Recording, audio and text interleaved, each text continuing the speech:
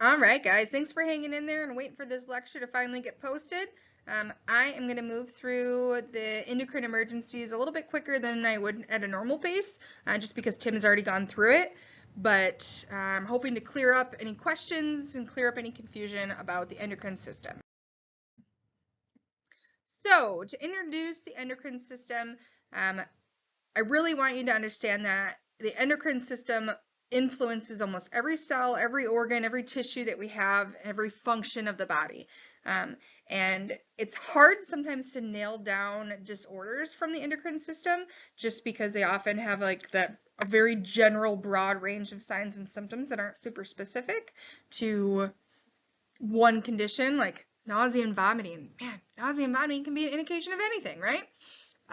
But it's important for us to thoroughly assess and then treat anything that we do come across. And just like everything else in Medical Emergencies I, you treat the conditions that you come across. You treat what you see.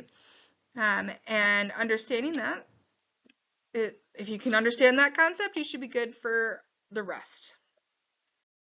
So, when we talk about the components of the endocrine system, we need to look at it as a whole and kind of figure out and understand how it all works together. So the endocrine system controls and regulates all the other systems in the body. It specifically works with the nervous system to maintain homeostasis. It coordinates any responses or changes in the environment and makes it so that our body can compensate for any changes that it does happen and can make sure we stay where we want to be, where we need to be. And it does all of this by using hormones or chemical messengers. So these hormones are released from different organs in our endocrine system, and it travels to the next organ, and it has kind of a cascading effect where it sends these chemical messengers. It's a signal letter from one organ to the next, and it cascades and it sends the signal to do whatever it needs to do, and it has different feedback loops. And it works to maintain homeostasis in our body. The major components of the endocrine system are the hypothalamus, pineal gland, thyroid gland, thymus gland, parathyroid, and the adrenal glands. We're going to talk a little bit about the pancreas and the gonads, as well as the ovaries and testes as well.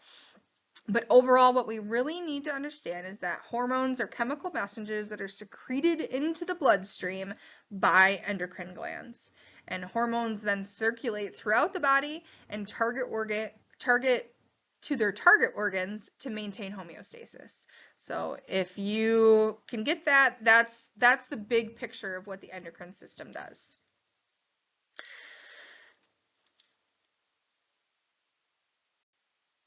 There we go. All right, so first organ we're going to talk about is the hypothalamus. And let's see if we can get this hypothalamus. There we go. Now we have the picture of it. So we can see here we've got the hypothalamus up here in the brain.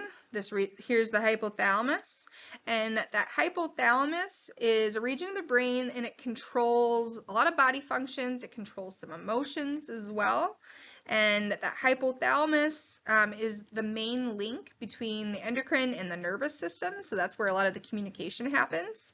And the hypothalamus, you can see, is right here. This is the hypothalamus up here, and then down here, this little hangy doodad, that is our pituitary gland, or our master gland. We're going to talk about that one next. But you can see how close the hypothalamus is to the pituitary gland and how it makes sense that there is a very intimate connection between the hypothalamus, which controls our body functions, and our pituitary gland, which secretes our endocrine hormones. And the hypothalamus are very intimately related, and they're so close together. They share a lot of the same vascular system, and it can make sense how these two work together.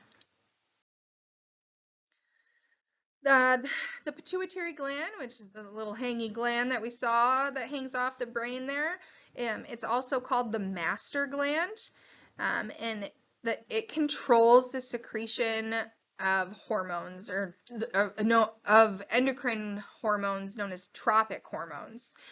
These tropic hormones control the activity of the other endocrine glands. So the 6 hormones secreted by the pituitary gland control the activity of the other endocrine glands. So those tropic hormones, okay, the 6 that we're going to talk about that come out of the anterior pituitary. So you can see anterior pituitary right here. And the 6 that come off of that are going to be the thyroid stimulating hormone, or TSH. We've got the adrenocorticotropic hormone. Oh, adrenocorticotropic hormone, ACTH. We've got the 2 gonadotropins, which is going to be your follicle stimulating hormone and your luteinizing hormone over here. We've got our growth hormone, or GH. We've got prolactin, which is right here, or in the mammary glands. We've got and then we've got the melanocyte stimulating hormone, or MSH, and that's found in skin. And those are for the anterior pituitary gland. The posterior pituitary gland, or it's divided, you can see there's a division right. That's not a great color to use. How about this one? Let me see if I use it in green, if that's easier. There's the division right there down the middle. So there's the anterior pituitary, and then there's the posterior pituitary. All right. The posterior pituitary controls oxytocin, which has a lot to do with your reproductive cycle and childbirth. And then we've also got the ADH, or the antidiuretic hormone. And these all control different functions in our body. Next, we're going to talk about the thyroid gland. The thyroid gland secretes thyroxine, or T4. And it secretes thyroxine when our metabolic rate decreases. And so the thyroid really controls our metabolism. It stimulates energy production in the cells, and it secretes that T4 when the body's metabolic rate decreases. And so we're looking for the secretion of thyroxine when our metabolic rate decreases. So we should see the secretion of thyroxine so that we stimulate more metabolism. One of the important things to know about the thyroid gland is that iodine is super important to it. Without iodine, we can't regulate our metabolism correctly.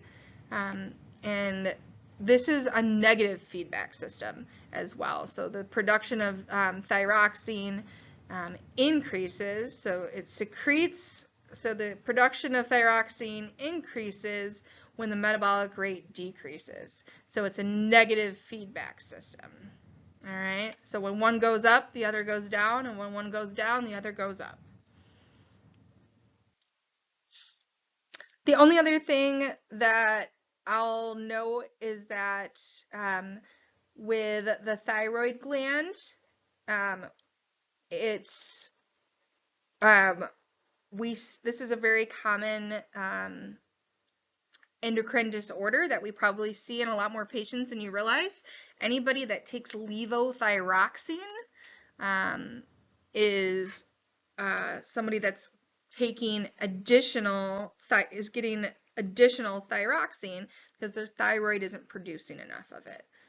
So they're hypo.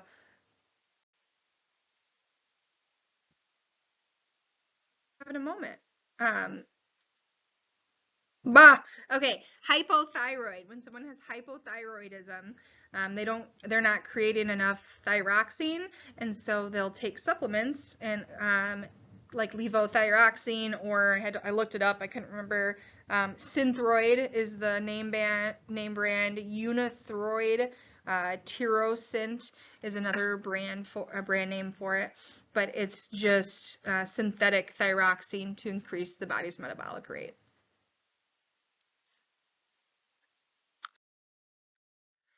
The thyroid gland also secretes calcitonin, and calcitonin really helps maintain the calcium levels in the blood, and it stimulates like bone building cells to absorb excessive calcium.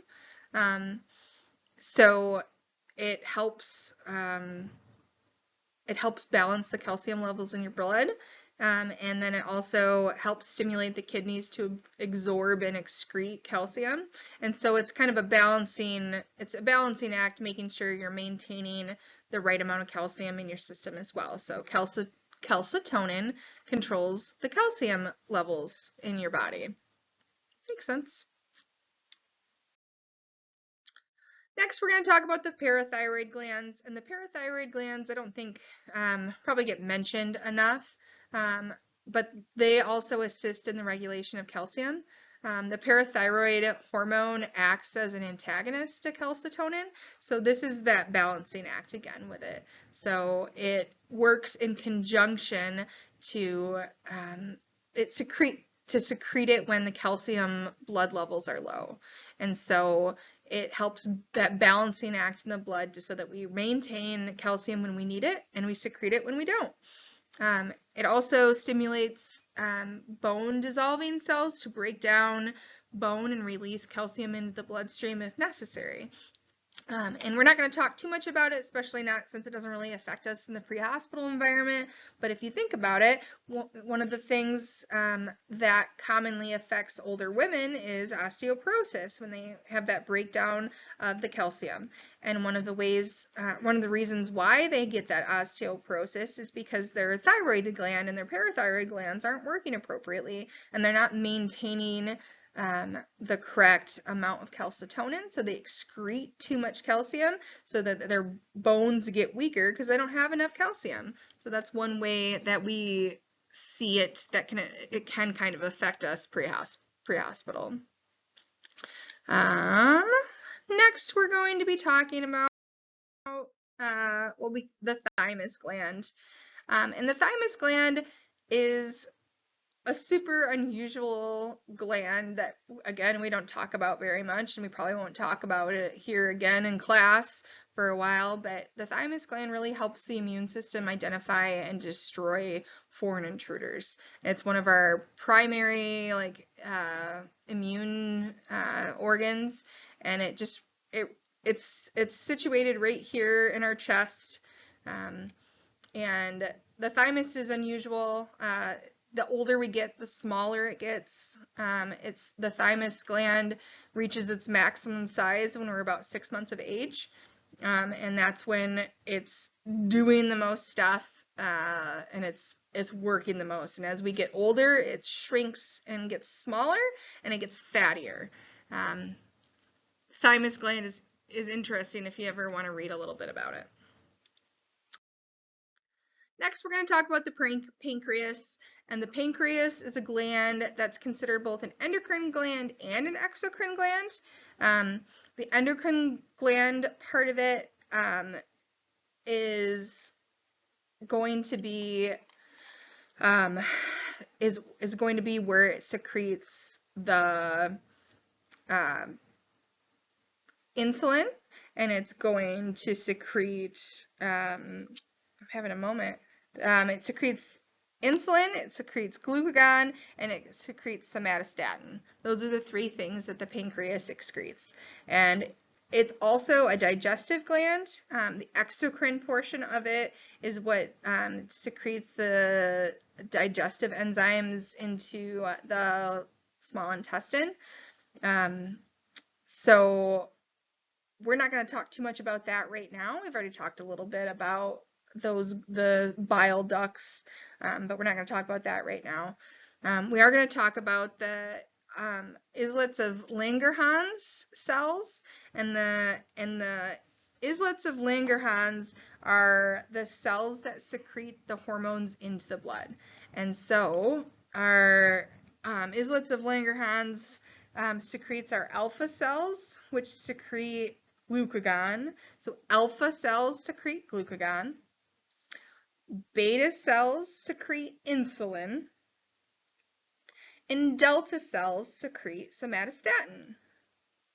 Let's see. There we go. And these endocrine components are what comprises the islets of Langerhans, and really it's kind of like an organ within an organ. And so when our blood glucose levels fall, our alpha cells will secrete glucagon to raise our blood sugar. When our blood glucose levels rises, our beta cells will secrete insulin to lower our blood sugar. So they're kind of in each other's antagonists. Component of the endocrine system that we're going to talk about is the adrenal glands, and the adrenal glands are located on each kidney, or on the top side of each kidney, on the superior aspect of it, and they're divided into two distinct sections. You can see that there's the adrenal cortex, and then there's the adrenal medulla. The adrenal cortex surrounds the inner adrenal medulla, and it secretes aldosterone in responses to drops in blood pressure or blood volume, and it also responds and decreases in sodium or an increase in potassium. The adrenal glands really are stimulated, can also be stimulated to stimulate the kidneys to absorb sodium from the urine and excrete potassium. So it works closely with the kidneys to maintain that homeostasis and that balance as well. And when the hypothalamus is stimulated as part of the fight or flight response, that sympathetic response, the adrenal medulla secretes small amounts of norepinephrine and large amounts of epinephrine, which gives us that fight or flight. Norepinephrine also causes the blood pressure to raise by causing constriction of the smooth muscles that line the arterioles and control the relaxation of smooth muscle that lines the bronchioles as well. And so epinephrine stimulates that sympathetic nervous system receptors, and it stimulates the liver to convert glycogen to glucose, and we use that glucose for energy in our cells. So you can see how important these adrenal glands are. They'll sit at the little top of the kidneys there. Overall, when the glucose gets into the cells, that results in glucose entering the cell results in the cell having the ability to increase oxygen levels and glucose levels in the cell and get more circulation to the brain, into the blood, the heart, and all the other important muscles and tissues.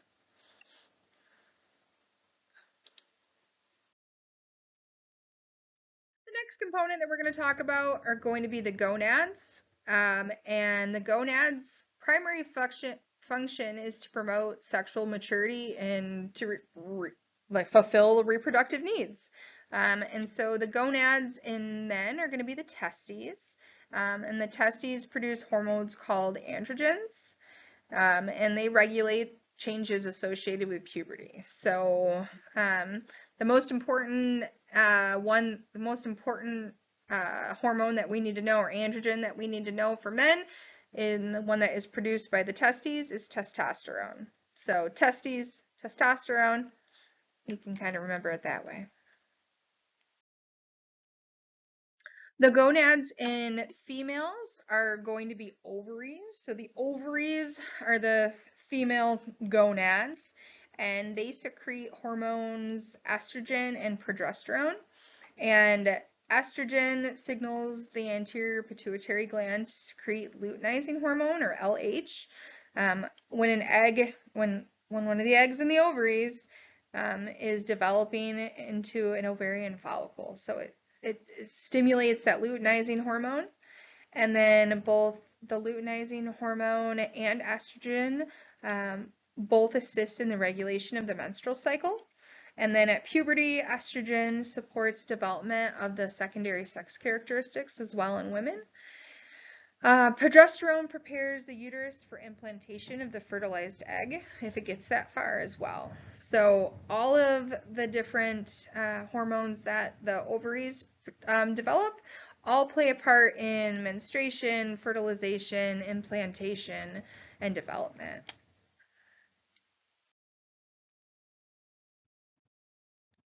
When we talk about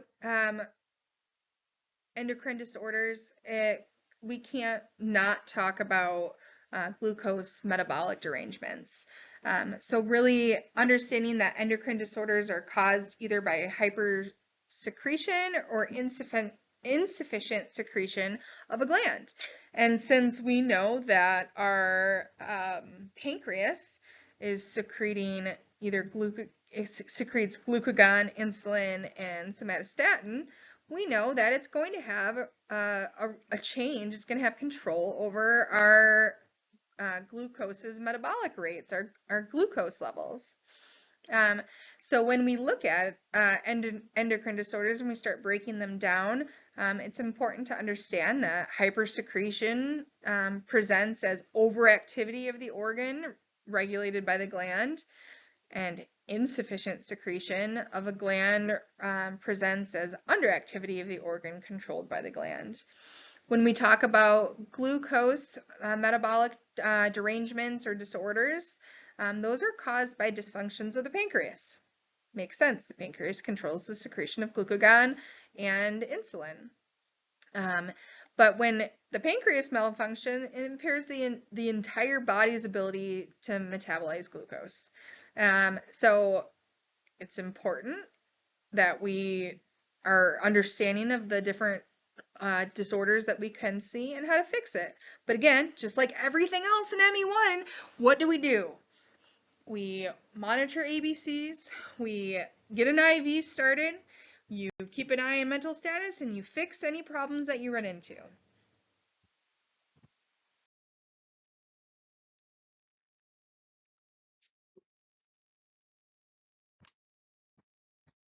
All right, the first one we're going to talk about in a whole is diabetes.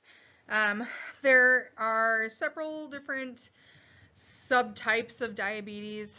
Diabetes itself is really a group of complex metabolic disorders, but we're going to talk about diabetes mellitus. We're going to talk about gestational diabetes. We're going to talk about hypoglycemia and hyperglycemia. We'll talk about DKA, and then we'll also talk about HHNK or HHNS or HONK, or it's called a whole bunch of different things, but we'll get there as well. So first we're going to talk about diabetes mellitus, and it is the body's inability to metabolize simple carbohydrates, okay? And so a lot of times when we have the three big symptoms of this diabetes is going to be characterized by the three polys. Polyphagia, the increased appetite, and that's caused by the body's inability of glucose to be transported across the cell. So it's going to tell you that you want sugar. It tells you that you're hungry, you want to eat. You need glucose because it's not getting into the cell. So your body's going to be signaled that it's hungry.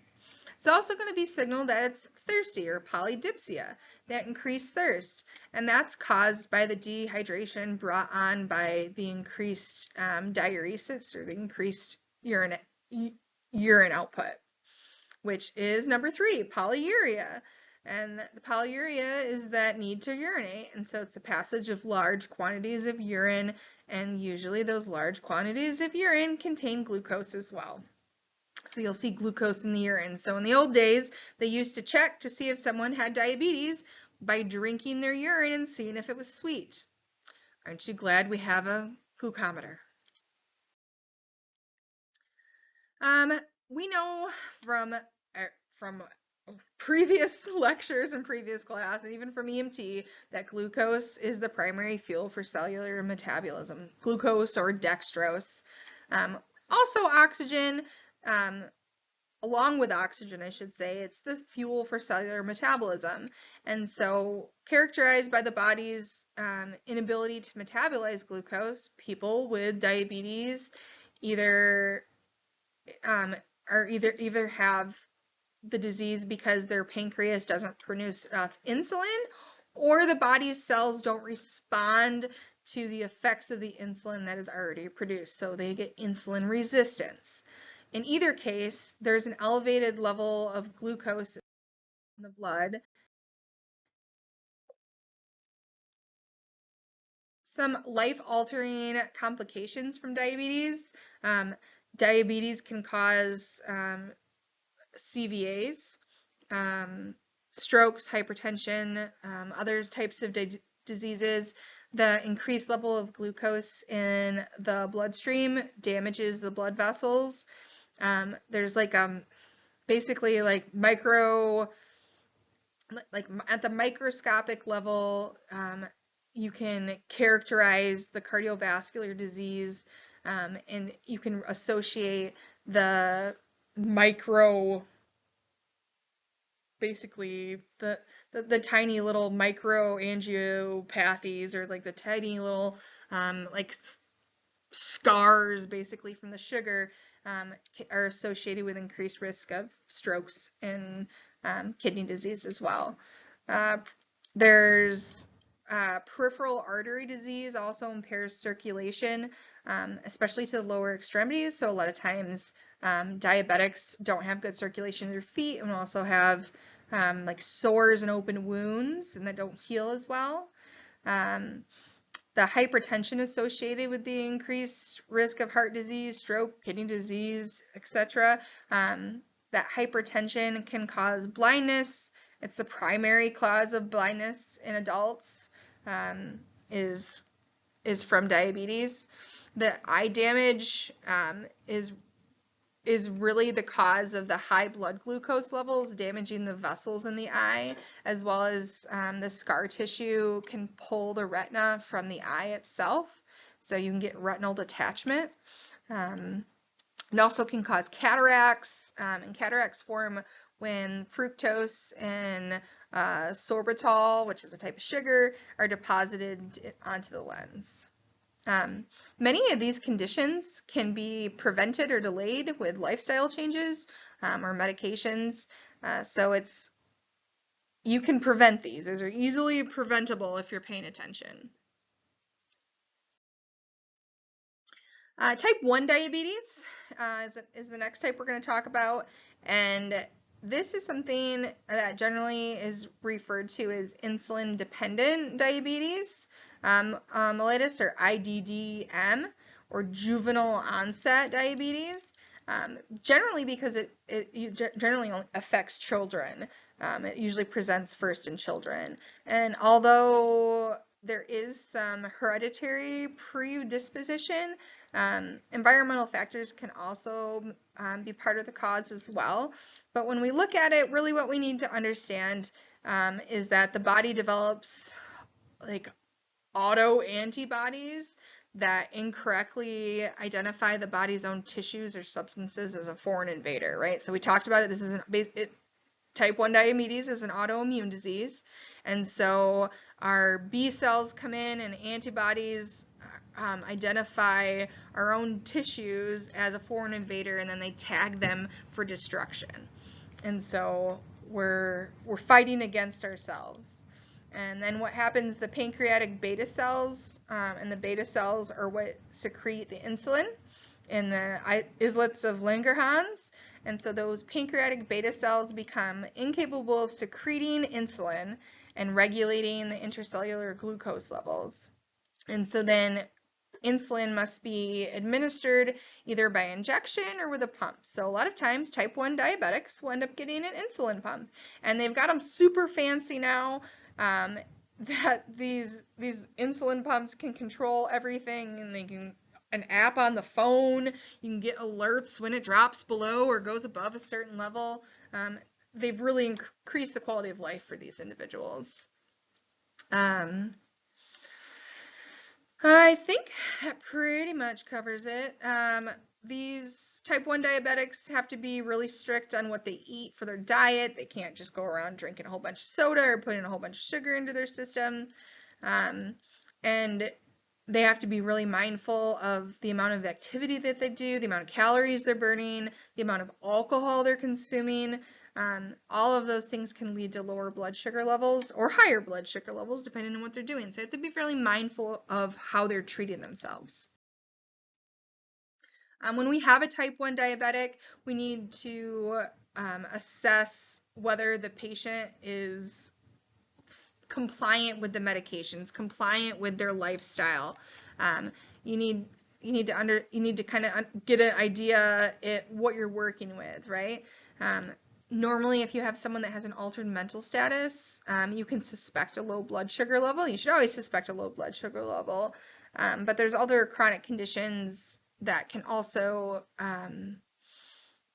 that are associated with type 1 diabetics, in addition to having the low blood sugar levels and altered mental status, and all the other conditions we talked about in the previous slide can also be renal failure, heart failure. We talked about coronary artery disease and hypertension, the vision problems as well. You're going to look for all these type 1 diabetics. You're going to want to look for all these chronic conditions and ask them about their vision changes and infections and whatnot as well. Management, insulin injections required. Some are on a sliding scale, some are on a set scale. Sometimes they'll take what their blood glucose level is and figure it out from there, and they know how to tweak it and they know how to give themselves insulin. They've been taught and they've worked that way. We never give insulin. That's not something we do. We don't change levels that way.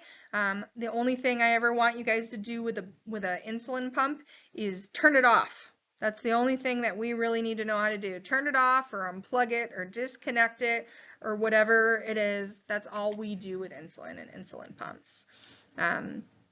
There are different types of insulin available. There's short-acting, moderate lasting, and then there's long-term insulin. There's some insulins you only have to take once a month. There's some that you only have to take once a week, and there's some that you might have to take multiple times a day. So there's different brands and different lengths and for insulin all in itself. But the insulin pump is definitely the step up. It's most of the insulin pumps are approximately the size of a deck of cards. They weigh approximately, I don't know, probably 3 ounces. And then they can be worn very inconspicuously like you see in the picture here. Type 2 diabetes is the most common form of diabetes. It's when blood glucose levels are elevated, and often the pancreas is producing enough insulin, but the body is insulin resistant and isn't able to use the insulin levels, the insulin that's available.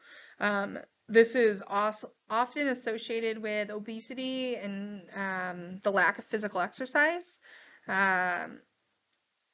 It doesn't have to be, but it normally is. In some cases, these patients have an abnormal increase in the production of glucose by the liver, and that can cause an increase in the glucose levels. But when glucagon levels remain high, excessive amounts of glucose are produced, and that leads to high blood glucose levels. Some of the medications you might see to treat type 2 diabetes, metformin, that's the most common medication that we see that treats this. But there are other types of medications as well to try to decrease the glucose production in the body. Approximately 8.5% of the world's population is affected by diabetes, and that's mostly type 2 diabetes. Approximately 90 to 90% of people with diabetes in the United States have type 2 diabetes. And again, development is also often associated with obesity, physical inactivity, and unfortunately, the development of other metabolic syndromes are associated with that excessive weight, lack of physical activity, and also some genetic factors. Can't control those, so.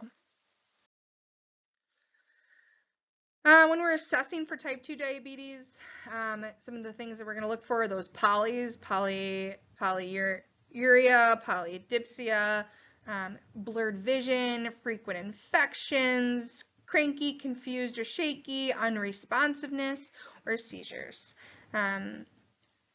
Also, you might see fatigue, nausea, unexpected weight loss, or frequent, like the infections or wounds that just won't heal, that kind of thing. And for us, management of type 2 diabetes, I had talked about before, but here are some specific names of diabetes medications.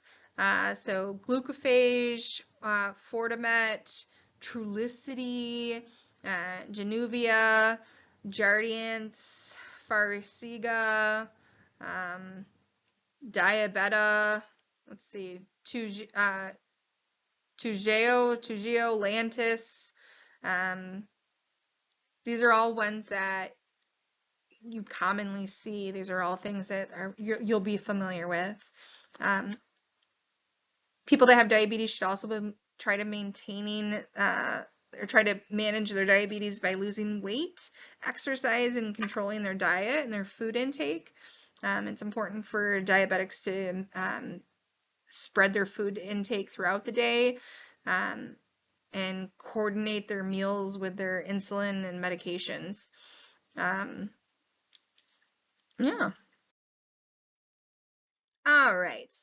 Next, we're going to talk about pre-diabetes or pre-diabetics, and this is really really relating back to certain risk factors associated with type 2 diabetes.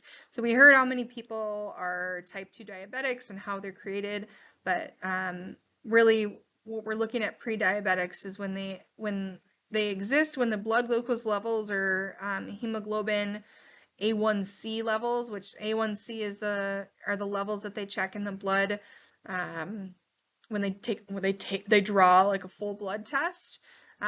It's where the levels are above normal, but they're not high enough to officially be diagnosed with diabetes. So you're pre-diabetic, pre-diabetes. So it's a warning sign for you. This is when it's still reversible.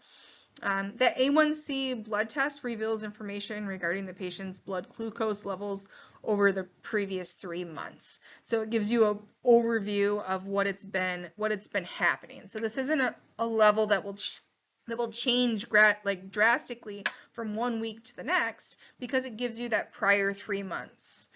But prediabetes, it's estimated to affect 1 out of 3 adults. That's approximately 88 million people, and 84% of people are unaware of their status as pre-diabetic. And within 5 years, and with no intervention, many people with pre-diabetes will develop into being a type 2 diabetic. So obviously you don't want to be on the path to diabetes or be on the pre-diabetic path. So some of the risk factors and some of the things to be aware is anyone that's overweight, over the age of 45, anyone that has a parent or sibling with type 2 diabetes, anyone that's not very physically active, like less than 3 times per week, gestational diabetes, or having given birth to a baby who weighed more than 9 pounds is a risk factor. PCOS or polycystic ovary syndrome is also a risk factor. And really, interventions affecting 2 specific factors can help prevent or delay the onset of type 2 diabetes by up to 58%. So losing 5 to 7% of a patient's body weight or getting at least 150 minutes of physical activity per week greatly reduces your chances of getting type 2 diabetes. So if you're a 200-pound adult, if you lose 10 pounds and you go to the gym for 45 minutes or 50 minutes 3 times a week, your chances of getting diabetes drastically goes down. Gestational diabetes, good for you guys. You guys don't have a chance at getting gestational diabetes. However, all the females have the ability to get it. And it's really just a form of glucose intolerance that occurs during pregnancy. And it occurs more often in African American, Hispanic, Latino, and Native American women.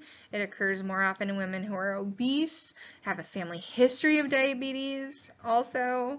About 40 to 60% increased risk of developing type 2 diabetes later on in life if you have gestational diabetes. And usually gestational diabetes resolves before delivery completely. So they'll go back to normal before. It's usually diagnosed at around 28 weeks gestation and peaks about in the 3rd trimester. And it's caused because the hormones produced by the placenta may result in increased sensitivity to insulin. The condition doesn't produce any birth defects. Really, the only correlation they've seen to the infant or to the neonate is that they have a higher birth weight. That seems like the only bad thing that comes of it. For gestational diabetes, it's the oral glucose tolerance test is used to diagnose gestational diabetes and until within 12 weeks of delivery.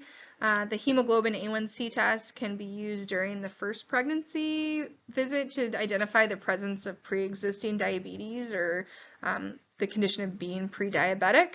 But it doesn't really change anything, right? You still got to treat it if you have it, but you can get a jump start on it there. But how do we manage someone with gestational diabetes? You stabilize their blood glucose level as best as you can. Sometimes the pregnant ladies will have to modify their diet or maybe do more walking, increase their exercise levels, test their blood glucose levels. And if it's bad enough, they might require insulin. Hypoglycemia. Hypoglycemia is a blood glucose level of less than 45 milligrams per deciliter. It's a common problem experienced with patients that are both type 1 and type 2 diabetics. Patients just have to closely monitor their blood sugar and intensively control their diabetes to prevent long-term complications. So they just have to make sure they monitor their levels. Hypoglycemia is relatively common. It's treated really easily. We do it pre-hospital all the time. It's one of the few times where we feel like we really fixed somebody, right? But the hypoglycemia, it's easy to treat. You can get a line. We have several different ways to treat it. We know that we have oral glucose. If they're alert enough and can swallow and can follow commands, we can give them oral glucose. If they are not able to follow commands or they're unconscious, we can get a line started and give them D50 or D10, or we can give them dextrose through the IV line. If we aren't able to get an IV, we can always give glucagon IM as well.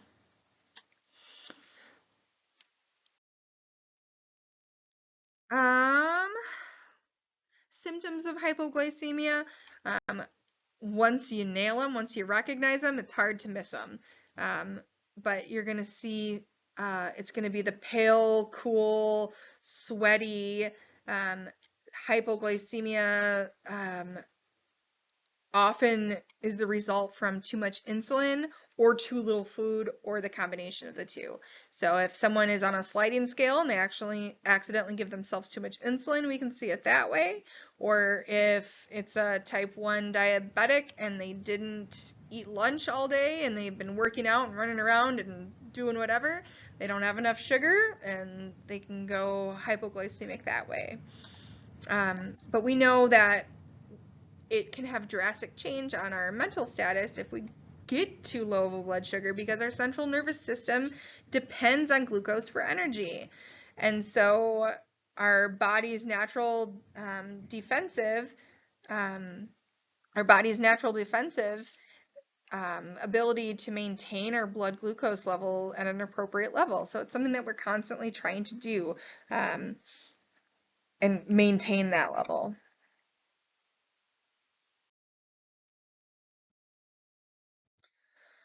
Our body's first line of defense, if we go hypoglycemic, is to reduce the insulin production by the pancreas and to increase glucagon production by the alpha cells.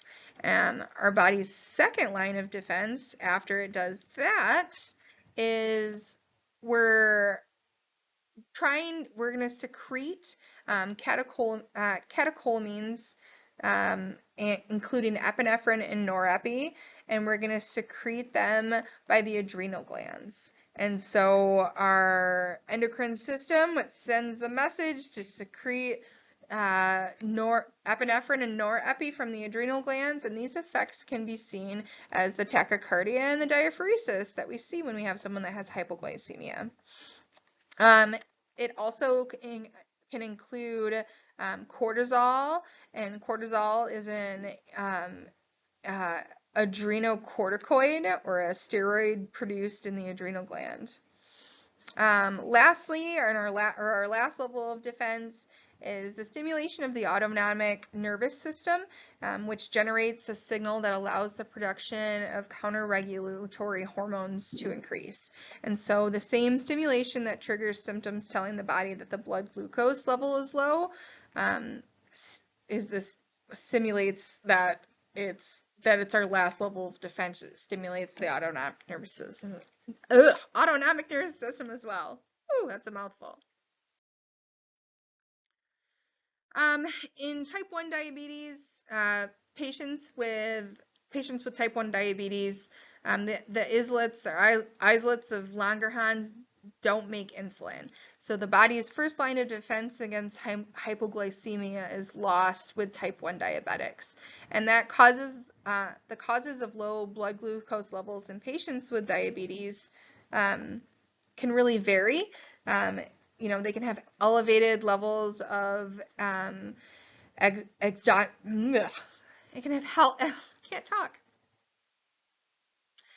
elevated levels of insulin from either inaccurate dosing. We can see intentional overdoses. There can be a mismatch with their carbohydrate intake and insulin intake as well. We also can see increased use of glucose. So if we're exercising a lot, causing the blood glucose levels to drop sharply, we can see some changes there. In patients with type 2 diabetes, the pancreas can generate insulin. However, either their bodies may be resistant to the effects of the insulin, or they may not make enough insulin over time to lower the blood glucose levels adequately, so they get elevated levels. So again, the medications given to treat the type 2 diabetes either act by stimulating the body's ability to secrete insulin, or the medications can also improve insulin's actions overall. So usually those do tend to contribute to hypoglycemia. Some patients who've had type 1 diabetes for many years, and to a lesser degree, patients who've had type 2 diabetes for many years, may not have a glucagon release from the pancreas in response to hypoglycemia. So the body is more dependent on epinephrine to overcome the effects of hypoglycemia in these longer-term patients. Yet the diabetic patient's body may not respond to epinephrine normally either. So the prolonged disease can also decrease the patient's ability to recognize having a low blood glucose level and preventing the person from self-treating. So it's almost unfortunate, right? Like, you've had it so long that your body just starts to get used to being off, so it won't tell you, so all of a sudden you're off. That's not fun.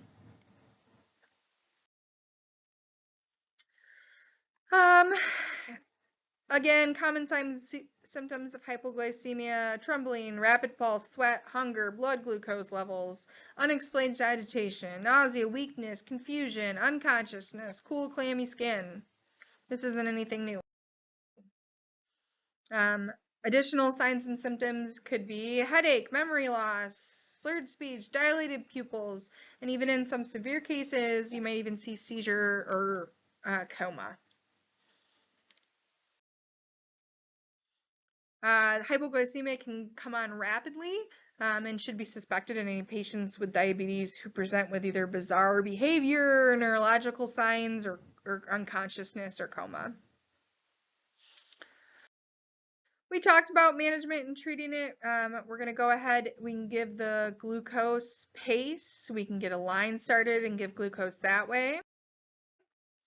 But when we have somebody with hypoglycemia, just to confirm it, we want to rule out hypoglycemia with a field glucose test. Get your glucometer out and go ahead and check it. We're going to want to make sure that when we're going through and we have somebody, we want to rule out hypoglycemia with that field test. We want to administer glucose tablets or sugar if they're able to swallow. If they have altered level of consciousness, we're going to go ahead and get an IV started because we don't want to give anything orally that they could aspirate on. And then if you can't get an IV, again, glucagon IM or intranasal. Hyperglycemia and diabetic ketoacidosis. To talk about these, the early signs include frequent and excessive thirst and urination. Occurs when blood glucose levels exceed, it says 120 milligrams per deciliter. But in patients with diabetes, physicians try to maintain glucose levels at less than 160 milligrams per deciliter. So 120 is really, 80 to 120 is our normal range, our normal values, but 160 or less is really where the doctors try to maintain it. Let's see. This hyperglycemia or DKA can be caused by either excessive food intake, insufficient insulin dosages, infection or illness, injury, surgery, extreme emotional distress. The onset can be rapid within minutes, or it can be gradual and take hours to days. So it isn't hard and fast and set. Other causes of hyperglycemia, there's the dawn phenomenon, and the dawn phenomenon is when is the early morning rise in blood sugar, usually between 4 and 8 a.m. And the dawn phenomenon occurs in the hours before waking.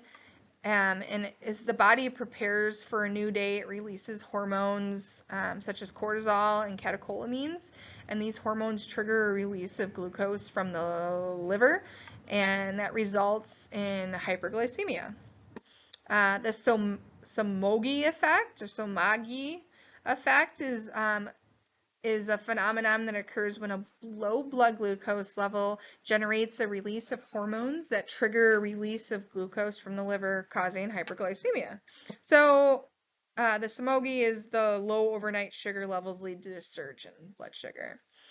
Some patients with type 2 diabetes go undiagnosed for several years.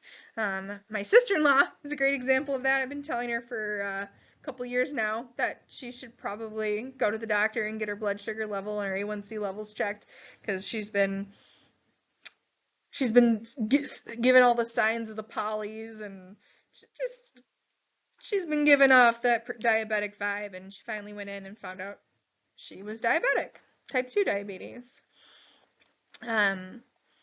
Repeated episodes, these people that are becoming diabetic or becoming type 2 diabetics can have repeated episodes of hyperglycemia, and that's usually how they get diagnosed, is because they have these repeated episodes of hyperglycemia, and they result in like physiological changes that have long-term effects and have detrimental effects.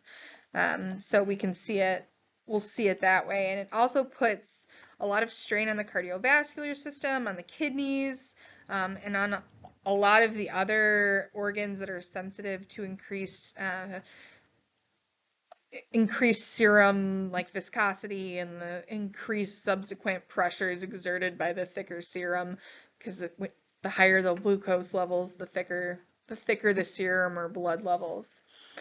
But eventually, the eventual result is increased incidence of disorders such as heart failure, kidney failure, retinopathy, coronary artery disease, and neuropathy.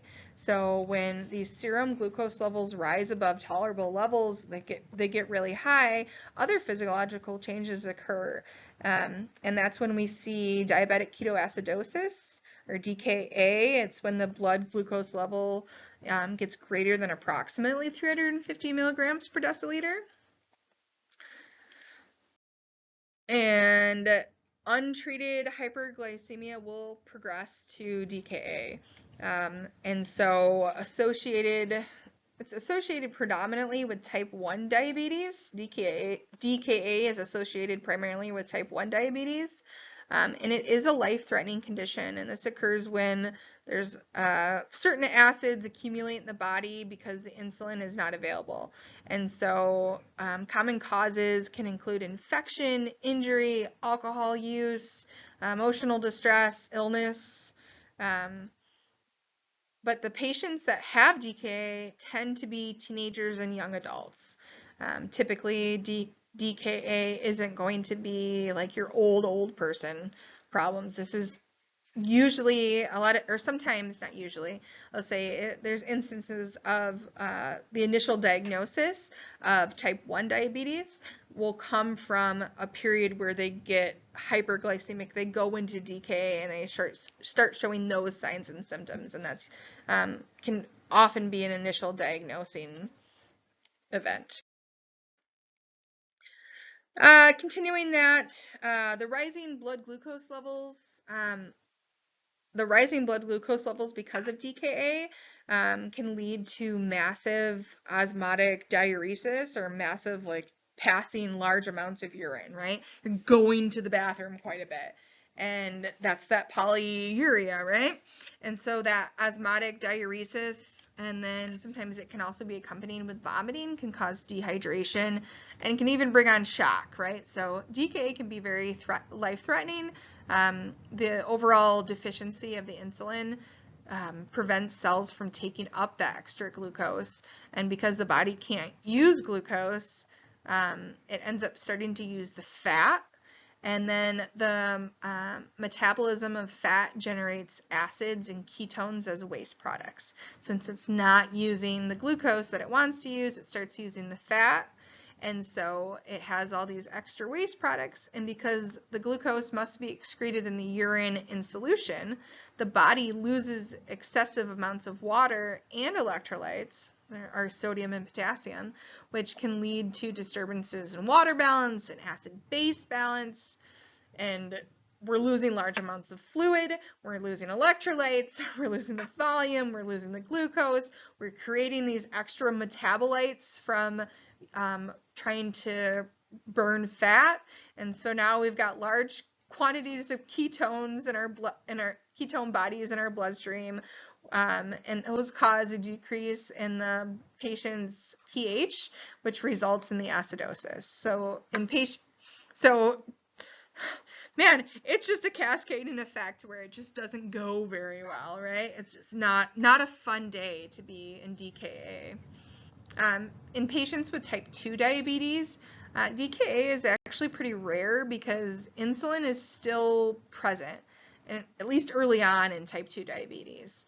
So when we have somebody, typically type 2 diabetics we'll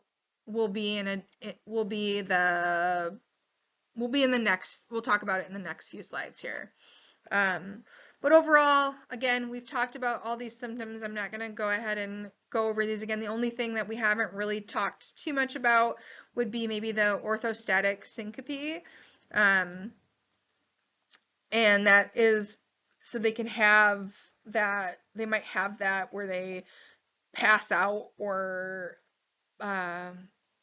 they stand up and then they pass out. So they'll have the orthostatic syncope is can be just from standing up or moving down or sitting down or anytime they move orthostatically. Sorry. They're also more prone to frequent infections, especially mouth infections in the mouth, bottom of the feet, like distal appendages, fingers, that kind of thing.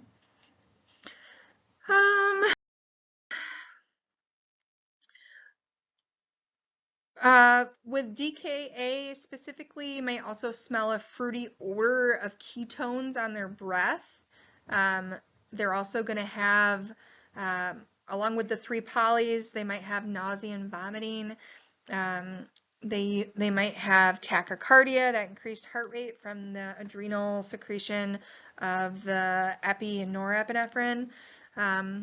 This hyperglycemia usually progresses slowly, so 12 to 48 hours, depending on the patient's level of consciousness, but their level of consciousness will continue gradually deteriorate as well. The overall load of glucose in the kidneys results in glucose spilling into the urine since it's not being absorbed by the cells, and it causes the body to become hyperosmotic, or causes that massive fluid shift because the big glucose proteins in the urine is going to follow the water is going to follow those big particles. It's going to try to balance that out. So we're going to have that fluid shift, and we're going to see as the kidneys remove that excessive glucose, water is also removed because of that increased urination, which tends to lead to dehydration. The kidneys also try to help clear the ketone bodies from the blood, but in the process of doing that, patients lose excessive amounts of sodium, potassium, phosphate in the urine, and this can lead to the combination of both dehydration and metabolic acidosis, and it can be accompanied with associated electrolyte imbalances. And we know that electrolyte imbalances can cause cardiac disturbances. Let's see. And nausea and vomiting and tachycardia and those deep Kussmaul respirations and the changes in your skin and maybe even some abdominal pain or fever.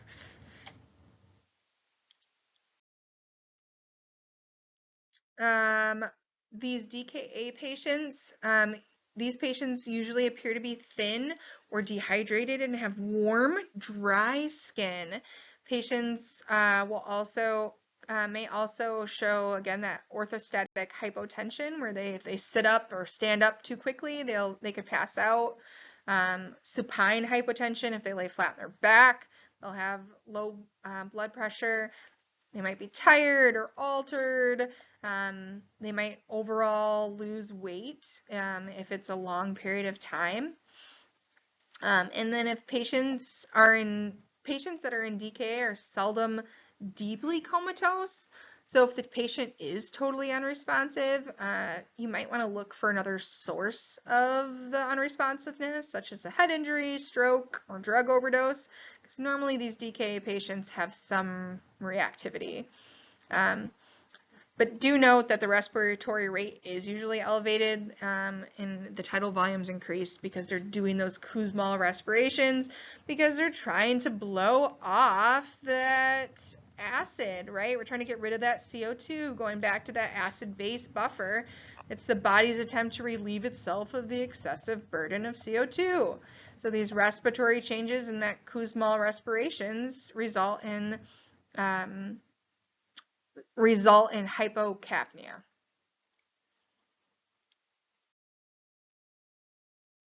So you can take a look here at this chart, and it compares hypoglycemia to hyperglycemia DKA, and it also compares it to hyperglycemia HHNS. So we're going to take a look at that here in a second. So let's go to the next slide. I'm going to talk about how we manage these patients once I talk about the hyperosmolar or hyperglycemic non-ketotic syndrome, or HHNS, or HONK, or HONK, or there's a couple different acronyms for it, but I'll talk about treatment of it here in a moment. Hyperosmolar hyperglycemic non-ketotic syndrome. It used to be called hyperosmolar non-ketotic coma, or HONC. I'm going to probably keep referring to it as HONC. I learned it as HONC, and that's so much more friendlier than HHNS. I think HONC is more fun to say. But either way, this is the metabolic derangement that occurs usually just in patients with type 2 diabetes. The term hyperosmolarity really describes the concentrated blood resulting from the relative dehydration.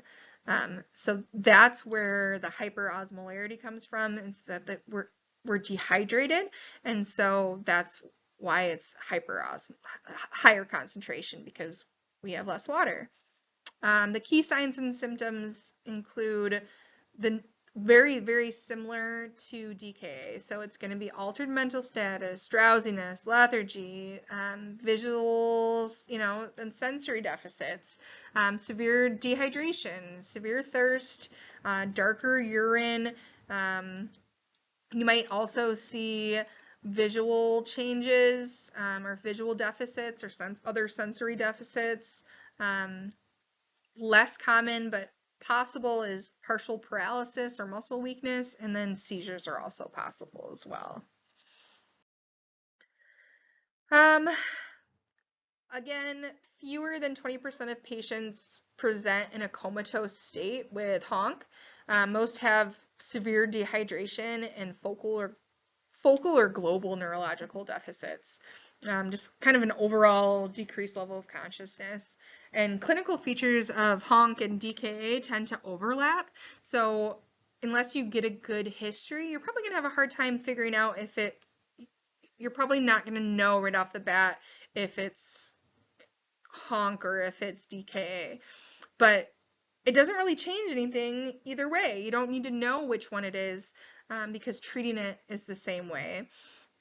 But HONC often develops in patients with diabetes who have a secondary illness that leads to reduced fluid intake. So a lot of times they can be triggered by the common cold or a flu, or maybe they had a surgery, or they had a toothache, or something along the lines where they've altered their routine, they've altered their intake, and now they're more susceptible to it because of already not drinking or eating a lot.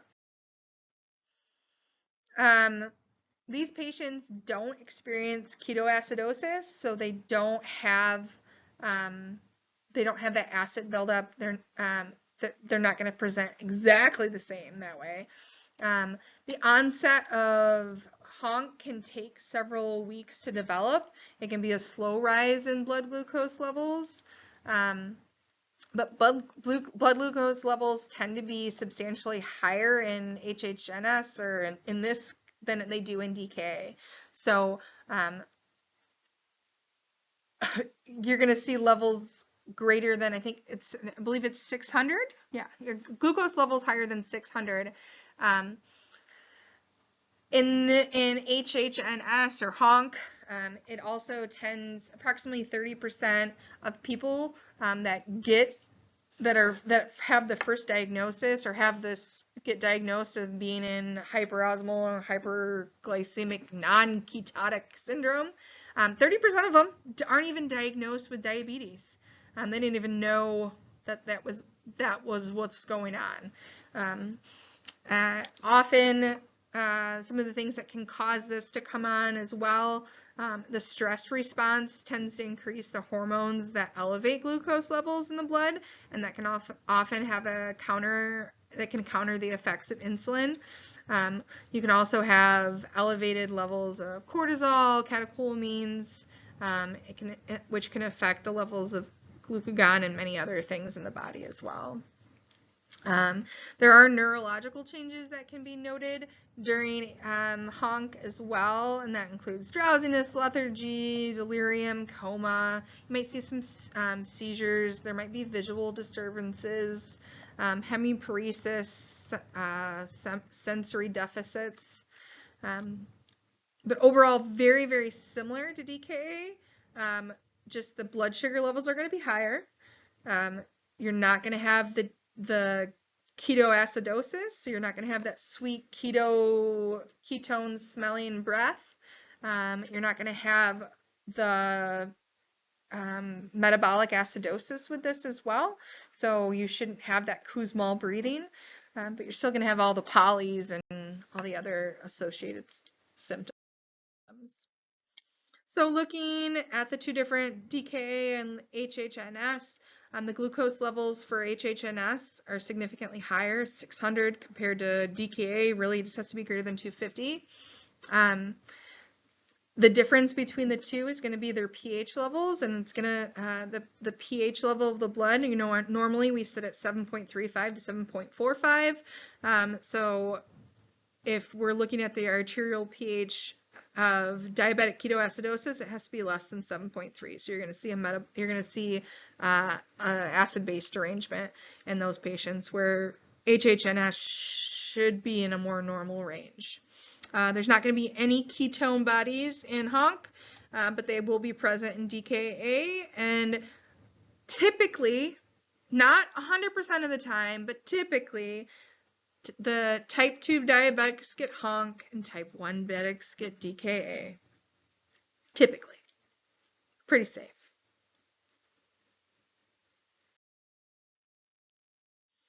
And again, I liked this to kind of see the overlap between the two.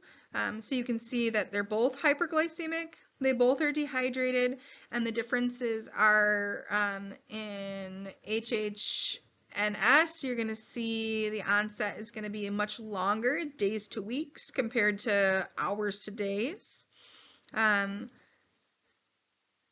HHNS is going to have more neurological symptoms, while DKA is going to show more gastrointestinal symptoms. There's going to be no or mild metabolic acidosis with HHNS, and there's going to be metabolic acidosis, so we're going to see that pH derangement. And then no ketones in HHNS compared to significant ketones in DKA. Management of these patients, ABCs, right? We always want to do good ABCs. We're going to want to obviously get an IV started. You're going to want to, you don't want to delay transport to get an IV, but you also, you should gain IV access as soon as possible. Obviously, you want to get a good blood glucose level to determine where they're at. And then you're going to want to do a bolus of normal saline, of the 0.9% normal saline. And you want to give a bolus to nearly all the adults who are clinically dehydrated. You want to give it, I don't like giving numbers. I'm going to say you're going to want to do at least an initial bolus of, I don't know, start with like 20 milliliters per kilogram, right? Maybe just to get fluid going. These patients with a history, the patients that we don't want to do a big bolus on, anyone that has a history of like CHF or anybody on dialysis or kidney disease, you might want to go to maybe like even do like a 250 milliliter bolus to start with and reassess. So really, every 250 milliliters, just reassess your patient, make sure they're not getting over flooded and that it's not going into their tissues or going into their lungs or anything. Next pathology we're going to talk about is going to be pancreatitis. And just by the name, you can figure out that pancreatitis is the inflammation of the pancreas.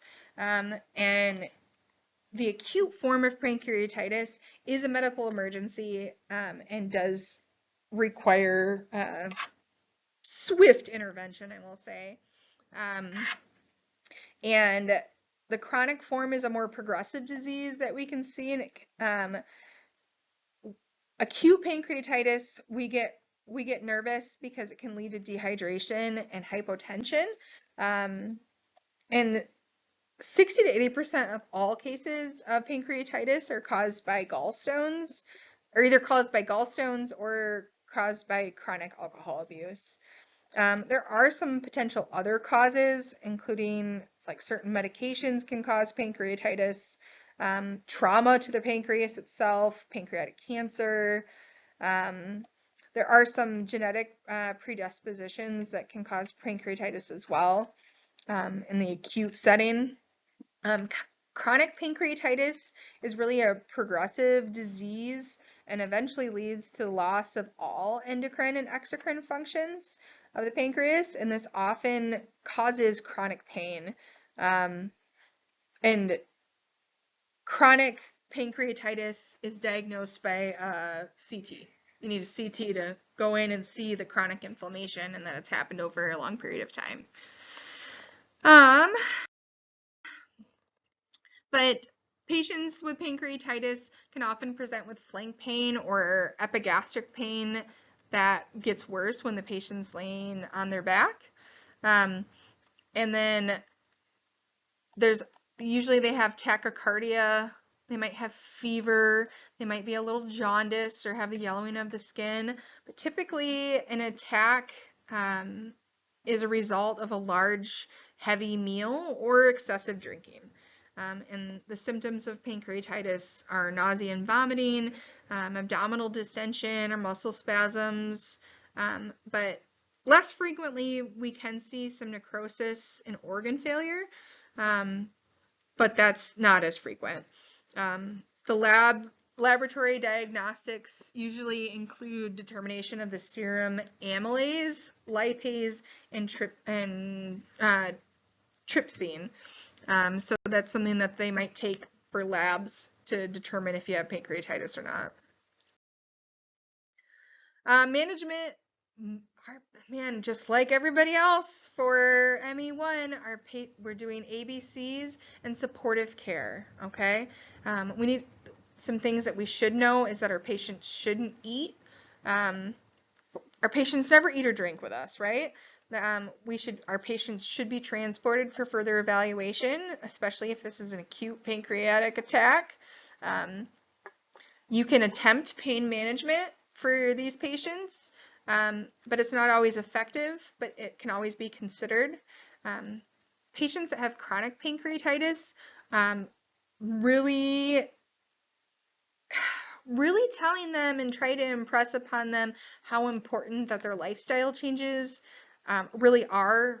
That's the critical point. Their lifestyle changes, how to prevent further chronic pancreatitis. Analgesics are used to control pain, but they aren't super effective, and chronically be in pain sounds terrible. Pancreatic enzymes assist with malabsorption and with the ability to process the food and process it. So sometimes surgical intervention may be considered for these patients, especially if they have a history of it, these chronic pancreatitis patients. Patients should also be monitored for pancreatic cancer if they have chronic pancreatitis.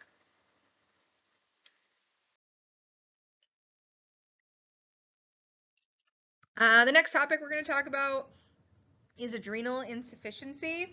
And adrenal insufficiency is really characterized by the decreased function of the adrenal cortex, and which consequently goes to the underproduction of cortisol and aldosterone. And the underproduction of cortisol and aldosterone results in weakness, dehydration, the inability to maintain adequate blood pressure. Cortisol's primary role is to assist with the response to stress, but it can also help maintain blood pressure and cardiovascular function. Cortisol also regulates the metabolism of carbohydrates, proteins, and fats. It modulates glucose levels by balancing the effects of insulin. And finally, it slows the inflammatory response. So abnormal adrenal dysfunction produces abnormalities in the metabolism of carbohydrates and proteins. It causes disturbances in the salt and water metabolism. Usually, adrenal insufficiency can be well tolerated, but it may be complicated by factors such as infection or stress, and it can affect about 4 persons per 100,000 in the United States. So it's not something that's very common or that we run into very often. There's different types of adrenal insufficiency. The primary adrenal insufficiency is Addison's disease, and that's caused by either the atrophy or the destruction of both adrenal glands. And that leads to the deficiency of all the steroid hormones that these glands produce.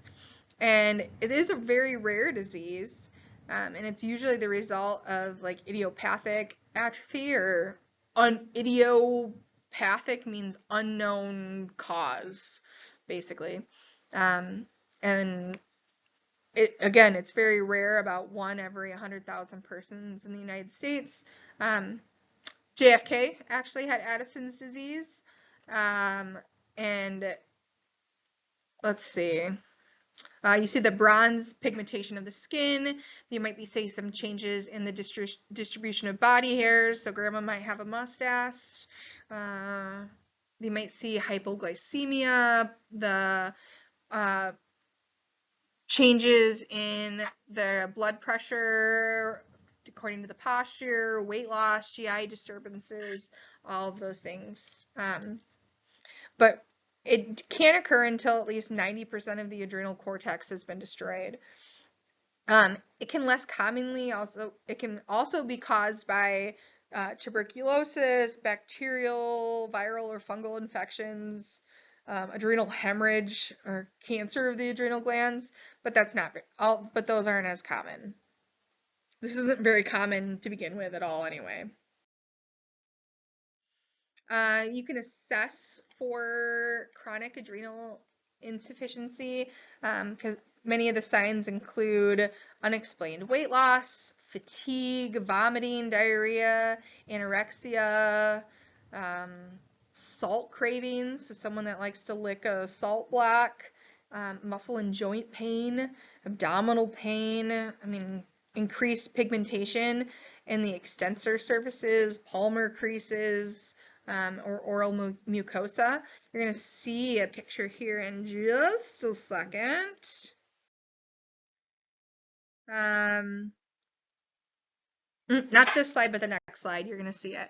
But with Addison's disease, again, it's the body has a hard time regulating that sodium, potassium, and water in the body fluids, and so blood volume and blood pressure end up falling.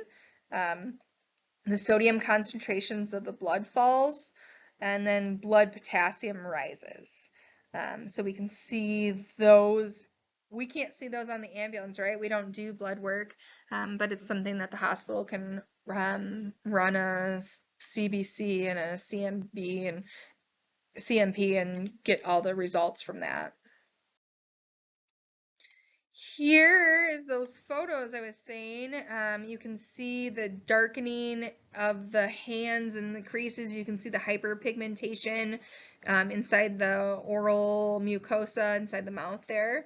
And you can see the changes in the hyperpigmentation and the creases and the lines and whatnot as well. To treat these patients, it's going to be the same thing, guys. ABCs in supportive care. You're going to want to do some aggressive fluid management, just aggressive fluid management to try to replace the lost fluids. But overall, just getting them to the hospital is really important. The way they treat this is by giving hydrocortisone. 100 milligrams IV of hydrocortisone is indicated in acute management of the crisis, but that's not something that we're going to do because we don't give hydrocortisone, but that's how the hospital will treat it. But what we can do is we can give a normal saline bag and try to correct any electrolyte imbalances and the dehydration. But we're not going to know what's exactly going on until we get them to the hospital. So ABC is supportive care. Same for every patient, right? The next patient we're going to talk about will be secondary adrenal insufficiency.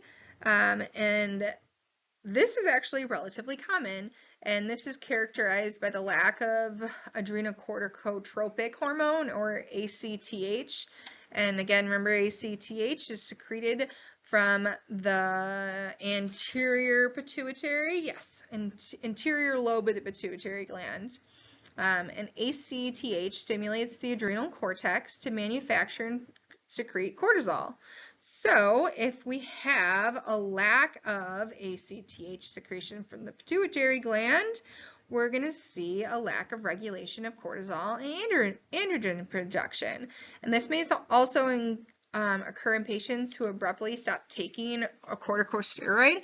So this is something that you might see if you have a patient that's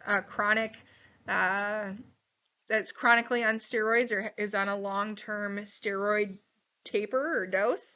I'm one of those people that takes steroids for long periods of time to try to fix problems. A lot of your autoimmune friends will also be on long-term steroid use.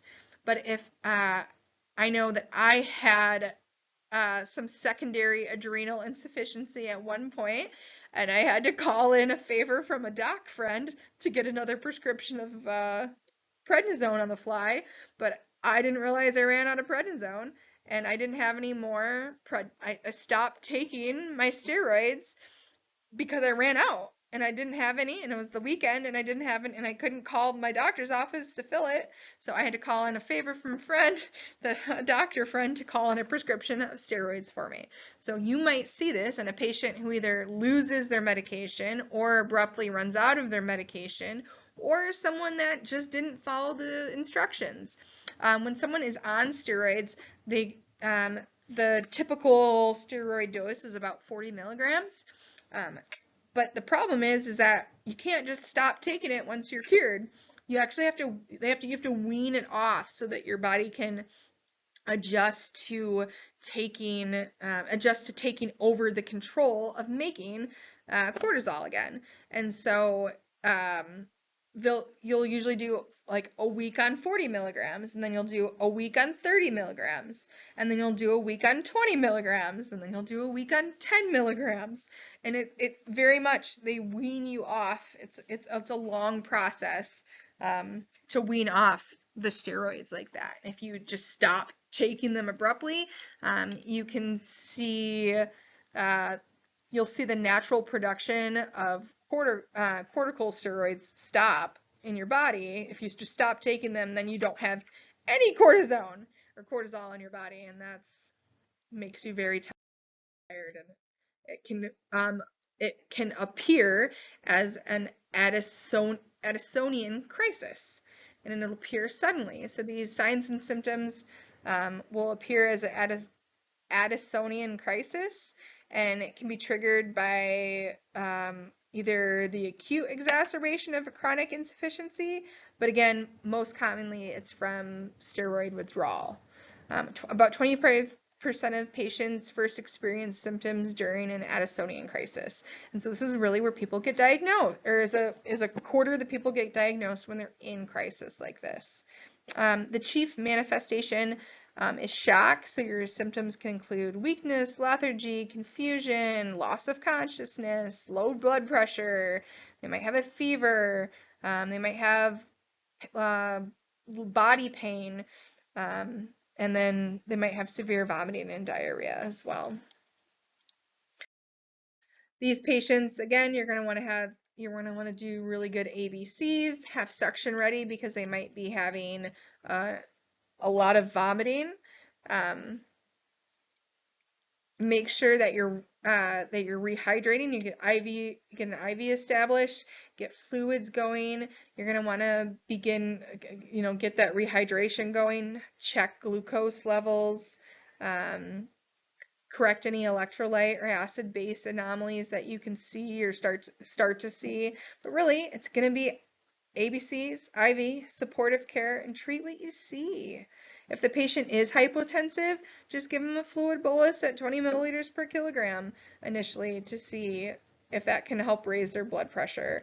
But the administration of dextrose or glucose is really up to your protocols. And if they're hypoglycemic, you just treat what you come across. So if they're hypoglycemic and they're decreased LOC, get an IV started, give them some dextrose. You are going to want to monitor their cardiac rhythm just because there is those electrolyte imbalances that you might see some changes, but otherwise should be good there. Cushing's syndrome. That's going to be our next one. And Cushing's syndrome is caused by the excessive cortisol production or use of corticosteroid hormones. So Cushing's syndrome is caused by, again, like the excessive production of cortisol by the adrenal glands, or you take a lot of steroids. Sometimes you can, one of the natural causes, I don't know, sometimes you can get, some people get tumors on their pituitary glands, and a tumor on the pituitary gland ends up signaling, or on a tumor in the adrenal cortex can lead to the excessive cortisol production. Excessive use of cortisol or other corticosteroids or hormones can lead to this as well. So like I was on steroids for 6 months, and by the end of the 6 months, I had the moon face, which I'm starting to get now again. I had the buffalo hump, which again I'm starting to get. If you want to tap, you can see that example here in the next slides too. But overall, it can cause weakness to the bones, and it can cause some long-term health effects that are not good.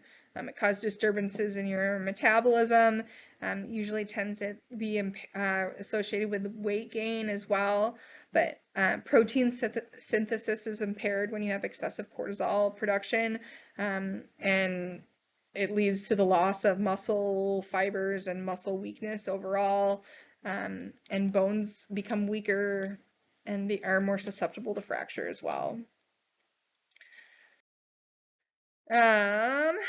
Again, assessments, we're gonna look for weakness, fatigue, increased thirst, urination, high blood glucose, weight gain, and then possibly thinning or darkening of the skin.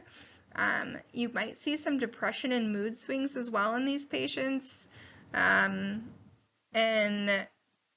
you have the potential to see that moon face, and then that buffalo hump. Let's see if we can see.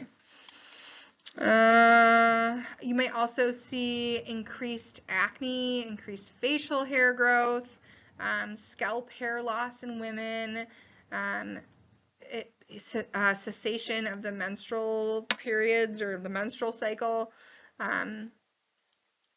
obesity and poor growth in height in children, so they don't grow as tall. Management, ABCs and supportive care, get a blood glucose level. I mean, that's what we're doing. Manage any life threats that you come across. It's ABC supportive care all day for me1, all day. There is the potential that you could have an adrenal gland tumor, and this is what comes from our medrol, the pheochromocytoma. And it's a tumor in the adrenal gland. It's usually in the medulla. It's a super rare condition, and it causes excessive release of the hormones epinephrine and norepinephrine. And so approximately 10% of tumors are malignant. They're most commonly found in young adult to like mid-adult life. And it's a combination of symptoms that are frequent but sporadic and common. So they may increase in frequency, duration, and severity, and that's kind of how you start noticing the pattern. So it's these excessive release of hormones. You're going to have a huge epi or norepi dump, and which really just can kind of continually increase. And so we'll talk about the growth hormone pathologies, and this is really like the pathologies of the thyroid, parathyroid, and pituitary, right? But the growth hormone pathologies are going to be where the anterior pituitary gland secretes growth hormone and any problems associated with the growth hormone secretion. So that could be both over-secretion or under-secretion. Both of these conditions are really rare, but they're usually the result of a tumor. The oversecretion results in acromegaly, and that's a condition usually diagnosed in young adulthood, but it results in gigantism, there we go, and abnormally large hands and face, and as well as large facial characteristics. The undersecretion is also rare, and it's characterized by delayed development and growth. And the lack of treatment can lead to dwarfism. We tend to see this. In usually preemie babies. Tend to have some troubles, twins, any complicated births, that kind of thing, and they can treat the growth. They can treat the undersecretion by giving them GH, giving them the growth hormone. That's not something we do pre-hospital, though. We can talk about hypothyroidism and hyperthyroidism. Approximately 20 million Americans have some kind of thyroid disorder. It's super common. Graves' disease is the most common type of hyperthyroidism, and that increases the metabolism. And so hypothyroidism, is often the result of an autoimmune disease, or it's basically a decrease in your metabolism. Hypothyroidism is a decrease in your metabolism. Patients are likely to require supplemental oxygen if they have either of these problems, because their hyperthyroid metabolic activity increases oxygen demand, while also hypothyroid conditions can lead to diminished respiratory efforts. So either way, they might require oxygen. So good ABCs and supportive care for these patients. Graves' disease is the most severe and the most common cause of hyperthyroidism. It's 10 times more common in women than in men, and it tends to follow a chronic course of remission and relapse, and it can be fatal if it's not treated. It's an autoimmune disorder in which the thyroid gland enlarges as its activity increases, and so it produces a visible mass or a visible like goiter in the anterior part of the neck. And that overactive gland secretes an excessive amount of thyroxine, and the excessive amounts of thyroxine that gets secreted decreases your metabolism. So other signs and symptoms, increases your metabolism. Other signs and symptoms may include increased appetite with marked weight loss. You're going to see polydipsia, where you're really thirsty. You can see the exophthalmos, I can never say it, the bulgy eyes. You can see orange peel, skin, that mixed edema is that orange peel skin, that non-pitting edema. Usually it's on the like interior part of the the shin, or it's on the shin. You might also see increased stress on the heart, which can lead to heart failure with people with Graves' disease. So your Graves' disease, you're going to look for the goiter, probably in a woman, and it's probably going to be marked by either the orange peel skin, the goiter in the neck, or in a female. Hashimoto's disease is another cause of hyperthyroidism. Again, this is more common in women, and it's the result of the infiltration of T lymphocytes in plasma cells. And it's an autoimmune disorder that affects the thyroid stimulating hormone, or TSH, receptors. And hypothyroidism follows after antibodies destroys the follicles. So Hashimoto's is characterized by hyperthyroidism followed by hypothyroidism after the follicles get destroyed.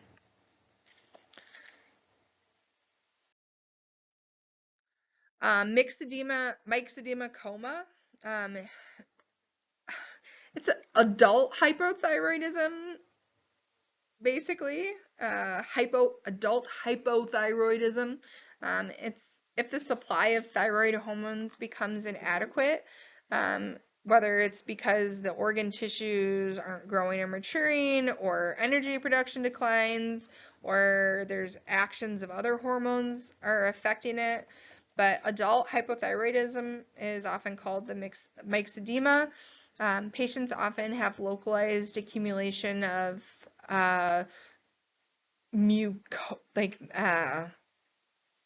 mucinous material in the skin, mucousy material in the skin, and it's manifested by a slowing of the metabolic processes that of the metabolic processes. So just getting a good understanding of that. This is nothing I've ever seen in the wild. I've never seen it present as the presenting symptom of why someone's cawing. But overall, it might be something that we see, and you do need to know it. Again, the symptoms for the myxedema coma, the symptoms can be exhibited by all the organ systems, but it very much, the severity is very consistent with the degree of deficiency. So as the degree of hormone deficiency goes up, the severity of symptoms go up. And some of the symptoms include the fatigue, the feeling cold, they might gain weight, dry skin, sleepiness. They're often subtle and can be mistaken for other conditions, and can go undiagnosed for longer periods of time as well. The dropping hormone levels, as the hormone levels continue to drop, it can lead to a coma, and that can be accompanied by physiological decompensation that leads to peripheral vasoconstriction. So it often is precipitated by a trigger, or can be precipitated by a trigger, and that could be an infection, whether that's a lung infection or urinary tract infection. Those two are both higher rates of triggers. Exposure to cold, they could go through a trauma, surgery, certain medications. But the true hallmark of this is the deterioration of the mental status. And then most cases occur during the winter in women older than 60 years old. A consistent finding is that hypothermia and the absence of fever in the presence of infection is also common. The absence of fever in the presence of infection is common. So they're hypothermic. So they look like they don't have a fever, but they actually do, because they were hypothermic, so their temperature went back up to normal because they were hypothermic before, and now they have an infection, so it's bringing them back up to a normal temperature. Another finding, hypothyroidism decreases intestinal motility, so it's associated with that decreased metabolic rate, and then also can be the decreased metabolic rate also can lead to decreased feelings of hunger as well. Myxedemic coma is a metabolic and cardiovascular emergency. It needs to be diagnosed and treated immediately, and mortality rates are as high as 40%. So this is something that we need to know about and be aware of. It's not something that we're going to be able to probably diagnose, but it's something we can be aware of. We do our ABCs, good treatment, and hand them over. And if we suspect that it might be a metabolic problem, we can kind of give them a heads up. We're going to want to give oxygen to these patients. It's our, good, strong ABCs. Monitor vitals, hook them all up. IV, you want to do passive rewarming techniques if they are hypothermic. So put blankets on them, turn the heat on in the ambulance. For these patients, you do really want to try to avoid sedatives or narcotics or anesthetics. And you might have to give them some vasopressor agents if they're hypotensive, but you're going to want to avoid the sedatives, narcotics, and anesthetics, but you can administer glucose or normal saline, vasopressors, anything along those ways. But we're avoiding those sedatives because it's going to make it worse, and we don't want to make anything worse. Thyroid toxicosis is a toxic condition caused by the excessive levels of circulating thyroid hormone. And that may be caused by hyperthyroidism. It could be caused by a goiter, autoimmune disorders, or even thyroid cancer.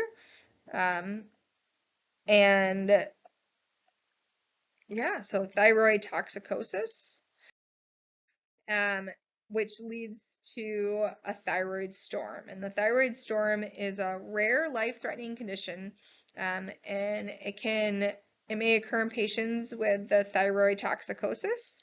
It's usually triggered by either a stressful event, or it can be triggered by increased volume of the thyroid hormone in circulation. It may present with normal signs and symptoms of hyperthyroidism, but it can also be accompanied by fever, severe tachycardia, nausea, vomiting, altered mental status, and it can even result in heart failure. So that thyroid storm, the thyroid toxicosis. Hyperparathyroidism is marked by increased parathyroid hormone levels, which ends up resulting in hypercalcemia. It can also result in decreased phosphate blood levels. Again, not anything that we're going to be looking at pre-hospital, but when we have someone that has hyperparathyroidism, it's primarily caused by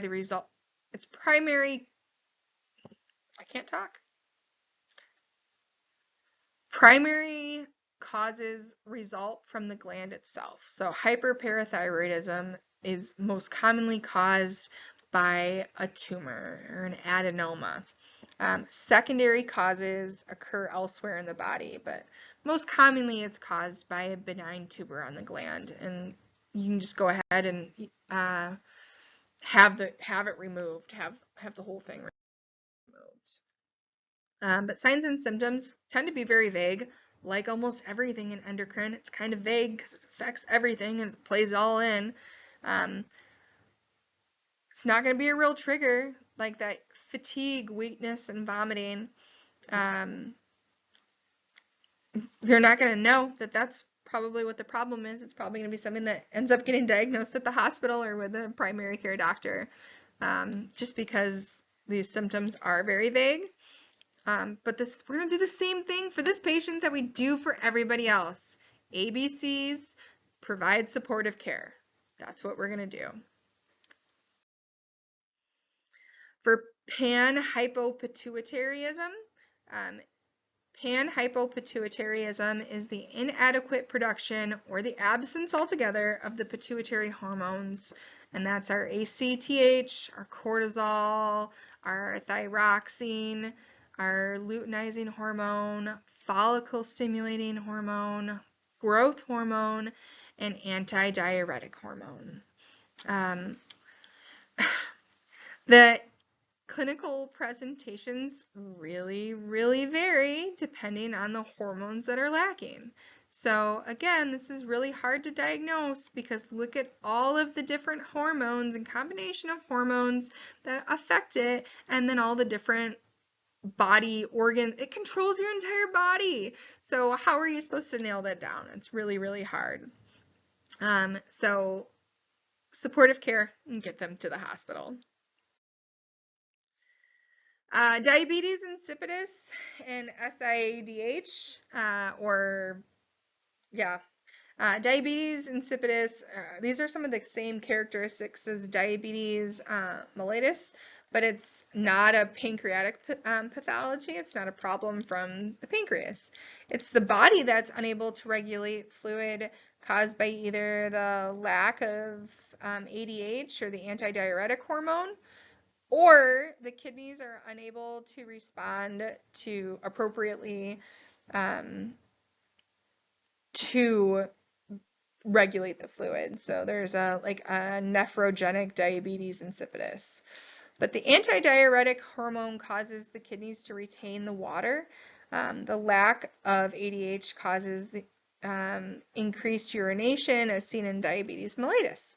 But one difference in diabetes insipidus and diabetes mellitus is that the amount of glucose present in the urine.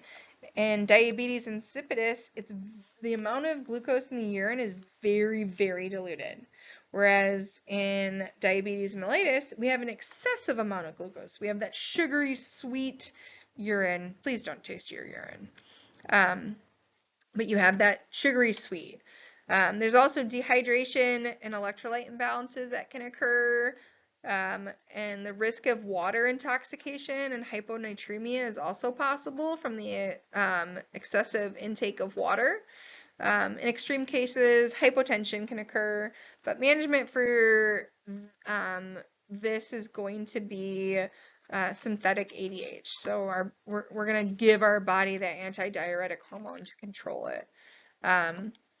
And then in the syndrome of inappropriate antidiuretic hormone secretion, SIADH, syndrome of inappropriate antidiuretic hormone secretion. In SIADH, excess of ADH results in a decrease in urinary output and systemic fluid overload. So this can cause hypertension, tachycardia, hyponatremia, seizures, and confusion. So management may include loop diuretics and hypertonic fluids, but for us, at least locally, we're not going to be treating this. We're not going to be able to know that this is the cause. We'll treat it at the hospital. So again, for us, it's going to be ABCs and supportive care. But if we want to know the difference between diabetes insipidus and SIADH secretion, in diabetes insipidus, we're going to see decreased levels of ADH with lots of urination, dehydration, and hypotension. With the opposite, when we have SIADH secretion problems, we're going to have increased ADH, we're going to have difficulty going to the bathroom, and we're going to have systemic fluid overload.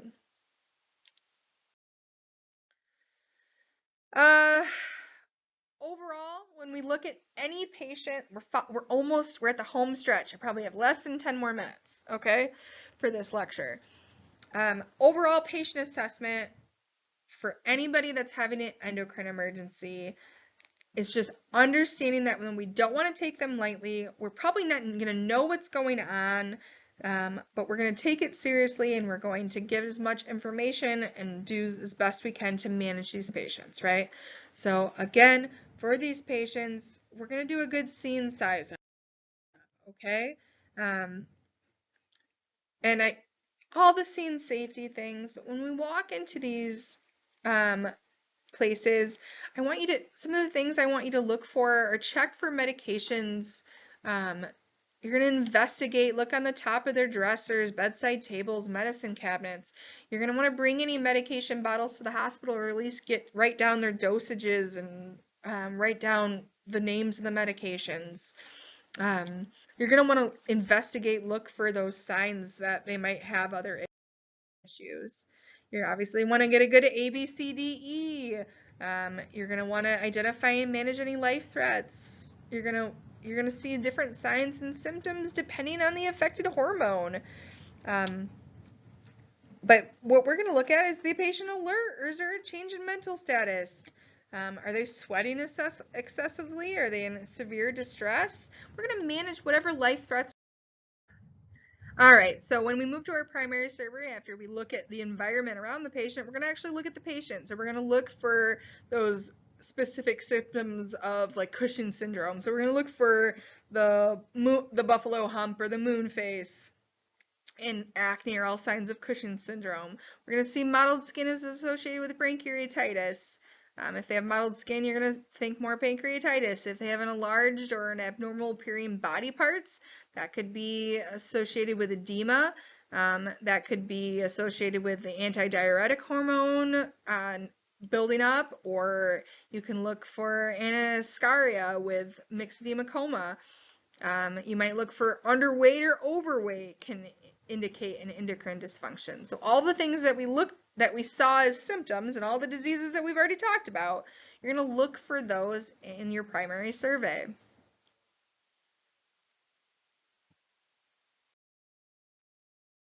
So again, you're going to do good ABCs, ensure the airway's patent, no obstructions, that the breathing effort is adequate. You're going to assess circulation. You're going to look at their skin color, moisture, temperature, and you're going to mark that stuff down. That's all super important. You want to get an IV access, just like we do on those patients. After we get good ABCs and we get IV access established, there we go. You're gonna want to make your transport decision. A lot of these patients should be transported to a specialty facility that specializes in the conditions. You're not gonna want to bring them to like a St. Mary's Southwest or a tiny little like Allegan General. You're gonna want to transport them to a bigger hospital that can deal with these patients. However, if the patient is in need of rapid intervention, or there's something drastically wrong, the closest facility might be the most appropriate facility at the same time, especially if they're unstable. But getting a good history is especially useful, especially in diabetic emergencies, but especially for anything related to endocrine, because you don't know what's going on, and the symptoms are so generalized. So investigating, asking good questions, it's the consideration of the patient's signs and symptoms with a mix of their history. But really, you're going to be looking aggressively for, it's going to be the diabetes and then diabetic patients that we're going to want to really aggressively look for. That's the meat of endocrine, right? Is diabetes is the meat of endocrine disorders. So looking for those conditions, but getting a good sample history, asking the questions about the polys, like have you been excessively hungry, thirsty, or excessively going to the bathroom? Asking questions about hyperthyroidism and thyrotoxicosis. Do you have a lot of tachycardia? Are you seeing PVCs or PACs? Any kind of atrial dysrhythmias?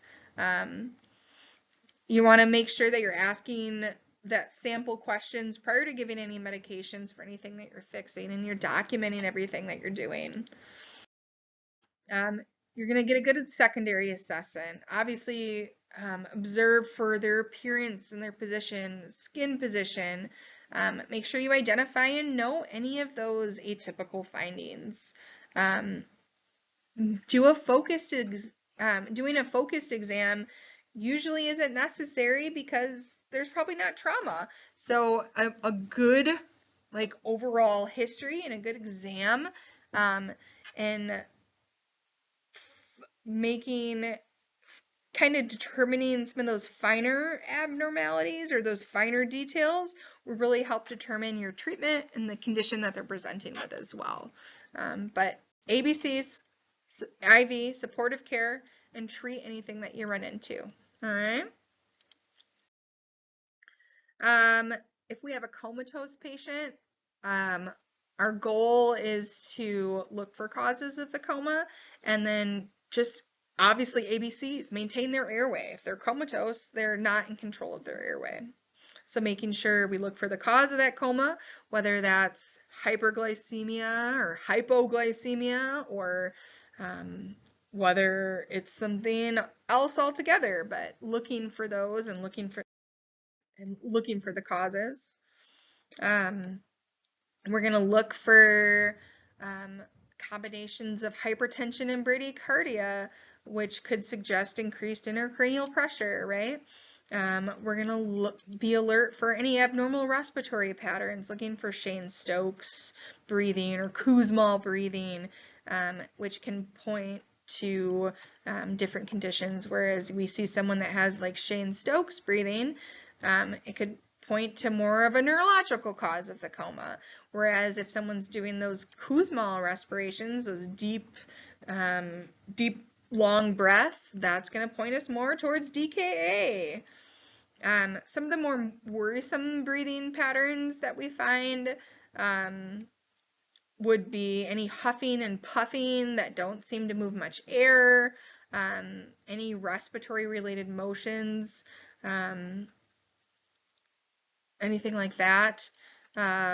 Just as a note, and something to remember is that anytime someone sneezes, yawns, or sneezing or yawning,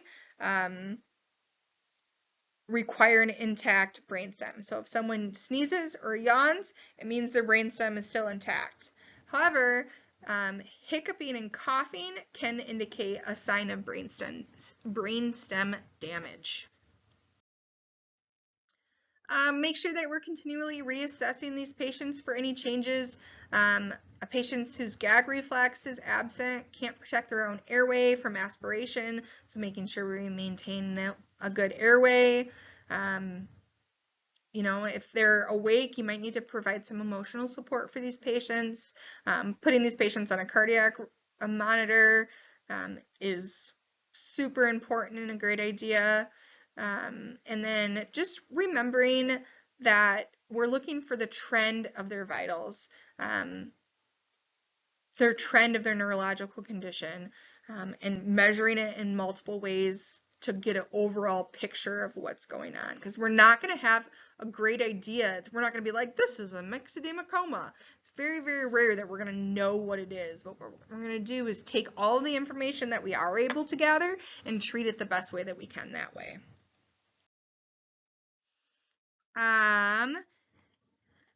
Again, ABCs, if someone has altered mental status, ABCs, get an IV. If their blood sugar is less than 60 milligrams per deciliter, you're going to want to give some dextrose or sugar to increase that blood sugar level. If you're going to follow your local protocols, you might want to consider giving naloxone or Narcan if the dextrose doesn't fix it if you've got a comatose patient. But look for other causes. You're going to look for all the different causes of unconsciousness or altered mental status. And finally, just making sure that you're transporting and that we're transporting these comatose patients. And if we end up needing to intubate them, make sure you transport them supine or on their back. You can consider placing a cervical collar or a C-collar if they're intubated. That can help keep their airway in line and not move around so that we don't lose or displace the tube. If the patient isn't intubated, you can transport them in a stable side position, like the left lateral recumbent or recovery position. If you're worried that your patient might be showing signs of increased intracranial pressure or increasing cranial pressure, whether that's with bradycardia and hypertension or any pupil changes or anything like that, you can always transport their head elevated like that 30 to 45 degree angle in midline. Try to always keep the mouth and pharynx suctioned, free of secretions, vomitus, and blood, and then just maintain their ABCs, man. ABCs in supportive care. If you have any more questions specifically related to endocrine, please let me know. I sent out that packet in the email yesterday, so you should have that packet to work on, and then we'll review everything else next week. I hope you guys have a great weekend. Sorry that this was 2 hours and 3 minutes of your time, and I'll see you then.